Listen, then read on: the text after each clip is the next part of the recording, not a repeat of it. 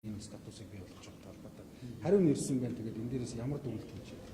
За ямар ч байсан нэр бүхий гишүүн болох инк 2 мэд сайхан гишүүдтэй хамтраад засгийн газарт тодорхой хоёр асуудлыг л тавьсан. Нэгдүгээр энэ хуулиар гэдэг юм уу чиг үүргэн тодорхой бус.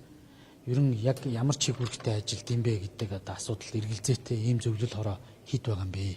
Энд хичнээн хүн ажиллаж байна, хичнээн төгрөг зарцуулж байгаа.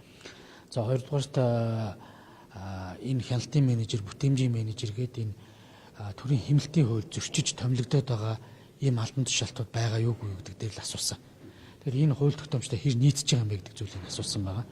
Тэгээд засгийн газраас өнөөдөр бас хариу ирлээ. Учир сайдын гар үсэгтээ хариу ирсэн. За нийт одоо 57 зөвлөл хороо төв гэдэг юм уу ийм байгууллага ажиллаж байгаа маань үүний бас тодорхой хувь нь одоо бас одоо хуульгүйгээр буюу тодорхой засгийн газрын үйл ажиллагааны чиглэл заагсан зорилтод тавигдсан буюу энэ мөрийн хөтөлбөр тусгасан зүйлүүдийг хэрэгжүүлэх үүднээс бол төр зүр байгуулагдсан гэж хэлж байна. Тэгэхээр энэ төр зүр байгуулагдах гэдэг зүйл бол байхгүй л дээ. Энэ ажлын хэсэг л төр зүр байгаа. Энэ зөвлөл хороо гэдэг чинь өөрөө хуулиар байгуулагдаж аль яамны чиг үүргийг нэс салгаж энэ зөвлөл хороог байгуулж байгаа. Эсвэл аль яамнуудын үйл ажиллагааг координат хийж зохицуулах гэж байгуулж байгаа гэдэг чинь хуулиар тодорхой зааж өгч байгуулдаг. Тэгэхээр энэ бүх зүйлээсээ харахад бас тодорхой хэмжээний одоо зэгслэх зүйл байна гэдэг нь харагдаж байна. За нэг хяналтын болон бүтээмжийн 42 менежер бол томилогдчиход байгаа юм. Би одоо андуураагүй бол энэ чинь одоо бас төрийн хэмнэлтийн хуулийг нэлээд сенсацтай гаргаад энэ орлогч дарга нарыг бүгдийн дэд дарга нарыг байхгүй болгоод орлого захирлыг байхгүй болгоод ямар нэгэн нэршлэр энэ албан тушаалтуудыг дахиж гаргаж ирэхгүй гэдэг зүйлийг ярьсан. За яг зүгээр би бол бас бодит прагматик талтай байдаггүй. Жишээ нь Эрдэнэт үйлдвэр шиг газар дээр бол мэдээж орлогч даргын хэрэг бол байгаа. Ижиг зөвхөн захирал болон газрын дарга нар гэдэг магадгүй захирлыг байхгүй одоо үйлдвэрлэл үйл ажиллагаа хийн хариуцах. За үйлдвэрлэл хариуцахгүйгээс мэрэгжлийн орлогч дарга байх нь зөв хэрэг. Ядаж ийм бодит юм а яриад хууль дээр өөрчлөлт оруулаад явахын оронд ингэж одоо шууд хуульд нийцж байгаа хэсэг нь үл одоо мэдэгдэх байдлаар ингэж явж болохгүй. Тэгээд түүн дээр томилогдож байгаа хүмүүсүүд нь төрийн албаны болоод төрийн өмчийн бодлого зохицуулалттай тийм холбогдох компани дүрм журм заасны дагуу сонгон шалгуурт ерөөсөөр ороогүй юм байна.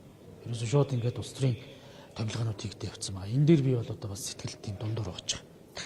Одоо нэгэнд томилогдсон менежерүүдийг яг цаашдаас энэ томилгоо үргэлжлэе. Засгийн газар гаргасан шийдвэрээ өөрөө зөвтгөж болно.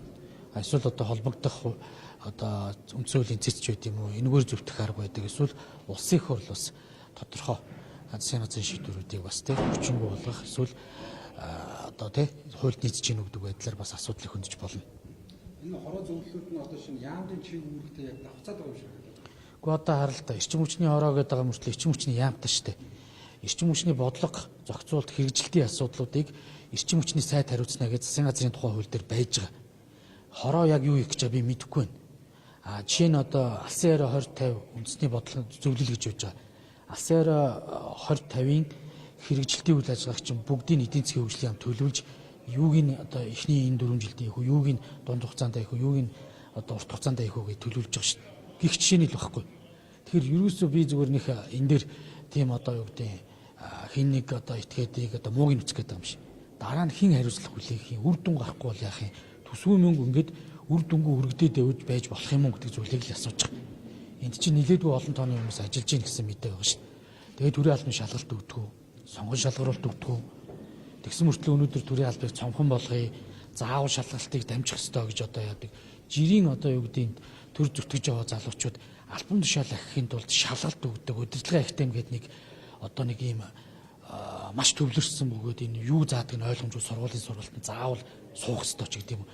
Ийм байдлаар тэр хүмүүс хуулийн хүрээнд ажиллаж амьдраад явж байхад зэрэгцүүлээд ийм зөвлөл хорооны нэрийн дор маш олон хүмүүс улс төрийн одоо улс төрчдийг дагж явсан хүмүүс яамдуудыг зөвхөн утсаар загнадаг, ийм бэлдэж иргэдэг. Үндсэн асуудлаа мэдэхгүй.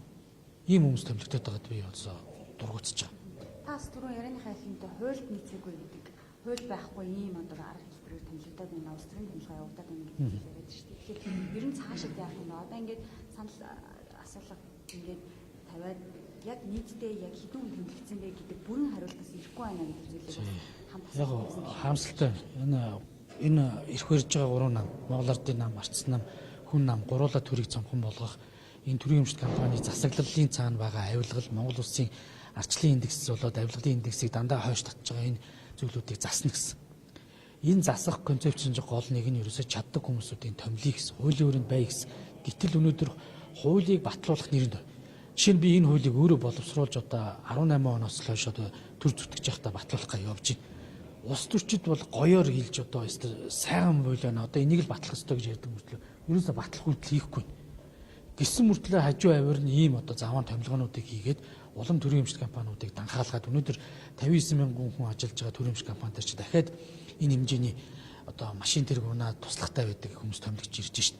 Тэгээ энийг ерөн зүгээр одоо болчих хэрэгтэй гэдэг зүйлийг би хэлмээр байна. Тэгээ ядаж сонгон шалгуулалтаар явдаг болмоор байна. Тэгээ сонгон шалгуулалт хэцүү хүмүүсүүд нь явдаг байна.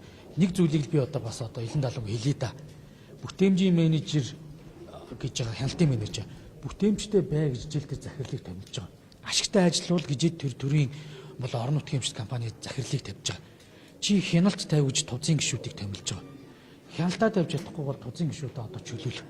Нэг үсээ одоо ийм стандарт бус шийдэл рүү явж байгаа бол бүх энэ төрийн эмчит компаниудын тузын гишүүдийг чөлөөлөх ёстой. Ингээд хяналтын менежерээ засгийн газар тавиад ингээд явъя. Түүнээс биш